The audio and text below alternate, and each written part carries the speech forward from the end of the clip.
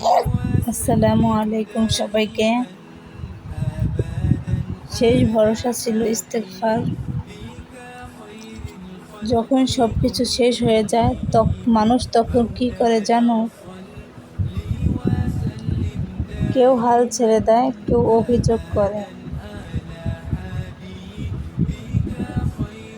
আর কেউ কেউ শুধু একটা কথাই বলে, আস্তাগফিরুল্লাহ। কিন্তু তারপর কি হয়? আজকে গল্পটা তোমার জীবন বদলে দিতে পারে।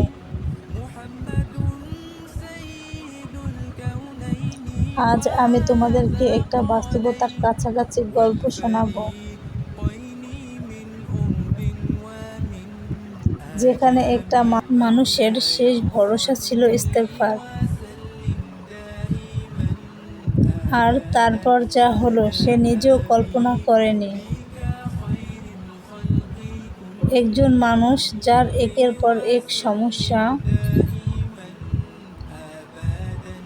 টাকাও নেই, সম্পর্ক ভেঙে যাচ্ছে, দোয়া করেও কোনো উত্তর পাচ্ছে না। ক্লান্ত সে ভেঙে পড়েছে। একদিন রাতে সে শুধু বলল, হে আল্লাহ, আমার কিছুই নেই, আমি শূন্য, আমি শুধু আপনার কাছে ক্ষমা চাই।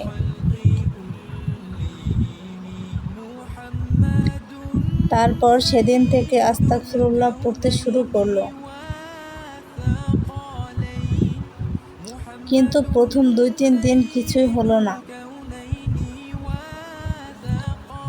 তবুও সে হাল ছাড়েনি। কয়েকদিন পর সে লক্ষ্য করলো তার মধ্যে অস্থিরতা কমে গেছে, আগের মতো হতাশ লাগছে না। সমস্যা তখনও আছে, কিন্তু তার মন বদলাতে শুরু করছে। ধীরে ধীরে একটা কাজের সুযোগ এলো, সব সম্পর্ক ঠিক হতে শুরু করলো। সে বুঝলো আল্লাহ তার দোয়া কবুল করেছে। আমরা অনেক সময় ভাবি ইস্তেগফার পড়লে সাথে সাথে ফল আসবে, কিন্তু আসল রহস্য হলো আল্লাহ আগে তোমার হৃদয় ঠিক করেন, তারপরে পরিস্থিতি ঠিক করেন।